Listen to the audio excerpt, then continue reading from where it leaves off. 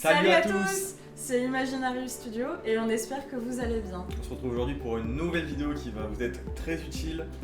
Il s'agit des raccourcis Photoshop. Alors on va séparer la vidéo en deux. Il y aura le top 5 raccourcis Photoshop pour débutants Et le top 5 raccourcis Photoshop pour professionnels. Allez, on se retrouve juste après ça.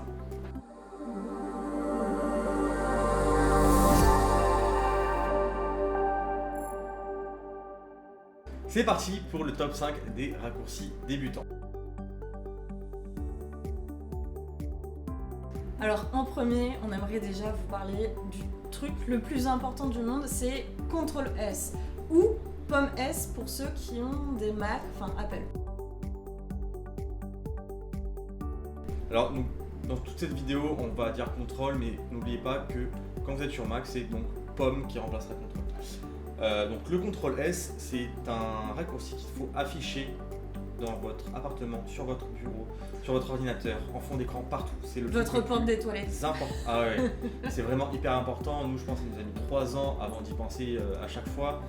Mais même encore parfois, on oublie et Un peu quand moins le quand même, logiciel à force. plante, des fois ça fait mal. Ouais, à force d'expérience, mais c'est vrai que c'est très important de le faire et de le faire très souvent parce que vous savez, vos machines ne sont pas non plus des machines infaillibles et elles peuvent cracher. Donc vos logiciels peuvent cracher si vous si vous avez des fichiers trop lourds ou trop complexes pour votre ordinateur. Donc n'oubliez pas de sauvegarder très régulièrement.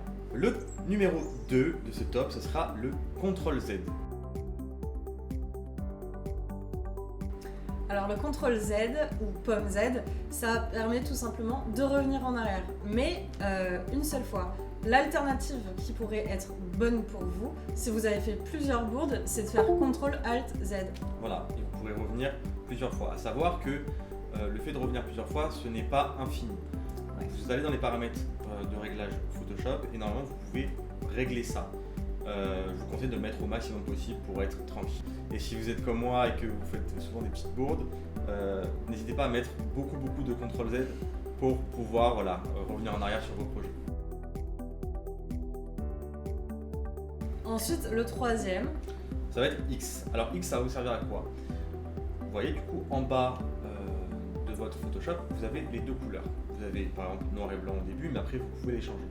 X va vous permettre d'alterner très facilement entre les deux couleurs. C'est-à-dire que si vous êtes en train par exemple d'utiliser une typographie ou alors une image que vous peignez en rouge ou alors je sais pas en blanc, en appuyant sur X, vous pourrez sélectionner directement automatiquement la deuxième couleur, ce qui permettra d'aller beaucoup plus vite, surtout si c'est par exemple une image bicolore, vous avez besoin de ces deux couleurs. Ça vous permettra d'éviter d'aller sur la pipette à chaque fois. C'est super efficace. Ensuite, pour le quatrième, il s'agit du CTRL-T. Alors le CTRL-T, c'est un truc qui va vous servir tout le temps, H24 sur Photoshop. C'est tout simplement la transformation. Associé à d'autres raccourcis, comme par exemple sur la dernière vidéo de Tim, si vous appuyez sur CTRL et en même temps que vous bougez un certain point, ça va vous permettre de faire plein de choses archi utiles et incroyables. Donc voilà, c'est vrai qu'après combiné avec la déformation, etc., c'est hyper intéressant. Donc, comme on l'a vu sur la vidéo sur les mock-ups, le CTRL-T va vous permettre d'orienter aussi vos images, ce qui est vraiment ultra important quand on est graphiste. Ça va vous permettre aussi de la scaler, donc de la grandir, vous pouvez l'élargir, etc. Il se peut que des fois vous récupérez des fichiers qui sont un peu déformés, donc des fichiers trop élargis ou autres, vous pourrez régler avec ce CTRL-T la forme tout simplement de votre image. Top 5, CTRL-D. Alors le CTRL-D, c'est tout simplement désélectionner une sélection. Ça, c'est quelque chose qui arrive très souvent, vous verrez, quand vous sélectionnez des choses, vous faites du détourage, etc. Il se peut des fois que des pixels se perdent et que des pixels en fait restent sélectionnés. Et du coup, vous buguez, vous restez sur votre ordi, vous dites mais pourquoi ça marche pas, pourquoi j'arrive pas? Moi, c'est quelque chose, ça m'est arrivé très souvent. Ça rend fou. Ça rend fou, ouais. Et en fait, c'est tout simplement parce que vous avez des petites sélections qui sont encore enregistrées sur votre image. Quand vous faites CTRL-D, ça va désélectionner tout ce qu'il y a sur votre image et au moins vous êtes tranquille, vous allez pouvoir continuer à travailler sereinement. Allez, c'est parti pour le top 5 des raccourcis pour experts. Alors, pour le premier, ce serait de naviguer dans vos outils préférés que vous utilisez tout le temps. Donc, par exemple, si vous voulez sélectionner quelque chose avec la baguette magique, mais que vous êtes avec l'outil sélection d'objets, vous avez tout simplement à cliquer sur Shift et ensuite W plusieurs fois et la magie va opérer. Par exemple, moi, pour la retouche photo, c'est vrai que j'utilise beaucoup ça pour passer du correcteur localisé à l'outil pièce. Par exemple, voilà, c'est quelque chose qu'on va retrouver sur la vidéo Adieu les boutons d'acné. Voilà. Après, c'est vrai que vous pouvez l'utiliser pour absolument tout. C'est vrai que ça fait gagner un petit peu de temps, donc c'est très intéressant. En fait, le but ultime dans Photoshop, c'est d'utiliser le moins d'onglets possible. Plus vous utiliserez les raccourcis, plus vous gagnerez en rapidité et vous allez gagner, je pense, x2, x3 de vitesse de travail. Et c'est vraiment hyper important pour un graphiste de produire beaucoup de contenu. Ensuite, changer la taille du pinceau. Alors, changer la taille du pinceau, ça marche aussi avec l'outil gomme, bien évidemment. Pour ce faire, il suffit de cliquer sur CTRL-ALT en même temps de cliquer et de déplacer votre souris, que ce soit vers la gauche ou vers la droite. Attention, il faut bien évidemment avoir sélectionné votre outil au préalable, c'est-à-dire qu'il faut avoir sélectionné votre pinceau ou votre outil gomme.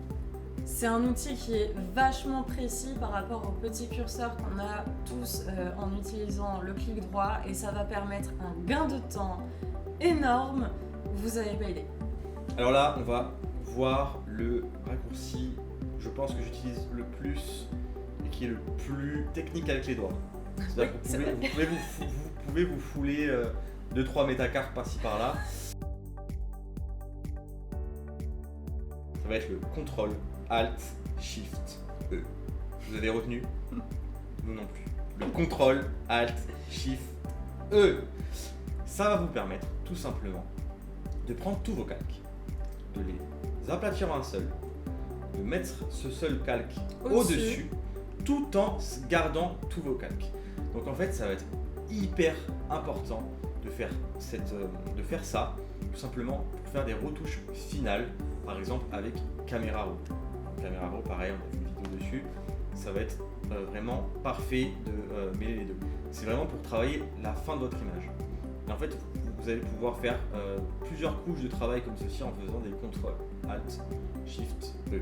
Et en plus de ça, l'avantage, c'est que plus vous faites de ce raccourci-là, plus ça va vous faire de calques différents et donc plus vous pourriez faire de retouches différentes. C'est-à-dire que moi, par exemple, je l'utilise, je fais mes retouches que je fais de base pour les photos et ensuite, après, je vais rajouter par exemple un filtre avec une désaturation et je vais baisser l'opacité dessus. Ça va rendre en effet un petit peu plus particulier et plus satisfaisant, je trouve. Tout simplement, et en plus, vous allez pouvoir gagner en précision par le fait que vous avez plein de calques. Ensuite, le quatrième, faire apparaître la fenêtre de caractère. Il suffit tout simplement de faire un CTRL-T ou un commande pomme T si vous êtes sur Apple. Et si vous faites le même raccourci mais que vous remplacez par la lettre M, ça va vous ouvrir la fenêtre des paragraphes. Donc c'est un gain de temps aussi significatif et ça va vous permettre de faire une mise en page beaucoup plus rapide. Et nous arrivons au top 5, le dernier outil qu'on va voir pour les raccourcis Photoshop. Alors le top 5, c'est un outil c'est un raccourci qui n'en est pas vraiment. Ça va être le commande Alt Shift K ou CTRL Alt Shift K. En fait, c'est un peu de la triche parce que en vous donnant ça, vous allez pouvoir modifier tout ce qu'on a dit depuis le début. C'est pas le but parce que c'est vrai que voilà, si vous changez d'ordinateur, etc., c'est beaucoup plus simple d'apprendre les bons raccourcis. Mais si vous voulez tricher un petit peu sur certaines choses et que vous êtes sûr de rester sur votre ordinateur, je vous conseille de faire ça. Ce raccourci permet tout simplement d'ouvrir la fenêtre des raccourcis. Cette fenêtre des raccourcis, elle sert à quoi? Déjà, d'une, vous allez pouvoir apprendre tous les raccourcis, mais bon, les apprenez pas tous, on va essayer de sortir une vidéo ou deux, ce sera plus intéressant. Ou sinon, vous pouvez tout simplement modifier les raccourcis. Vous pouvez les modifier en choisissant vos propres raccourcis. Attention, si vous utilisez un raccourci déjà existant, ça ne va pas fonctionner. Photoshop va vous dire ce raccourci existe déjà. Donc vous pourrez dans ce cas-là soit intervertir, soit changer tout simplement de raccourci. Donc voilà, c'est déjà la fin de cette vidéo. Merci de l'avoir regardée jusqu'au bout et merci de faire grandir cette communauté, que ce soit sur le groupe Facebook ou sur YouTube. N'oubliez pas de liker, mettre un petit commentaire, mais surtout de vous abonner. C'est très important pour nous et c'est ce qui va permettre de faire vivre la chaîne tout simplement. Sur ce, on se dit à très vite. N'oubliez pas de prendre soin de vous. C'était Imaginary Studio. Ciao ciao.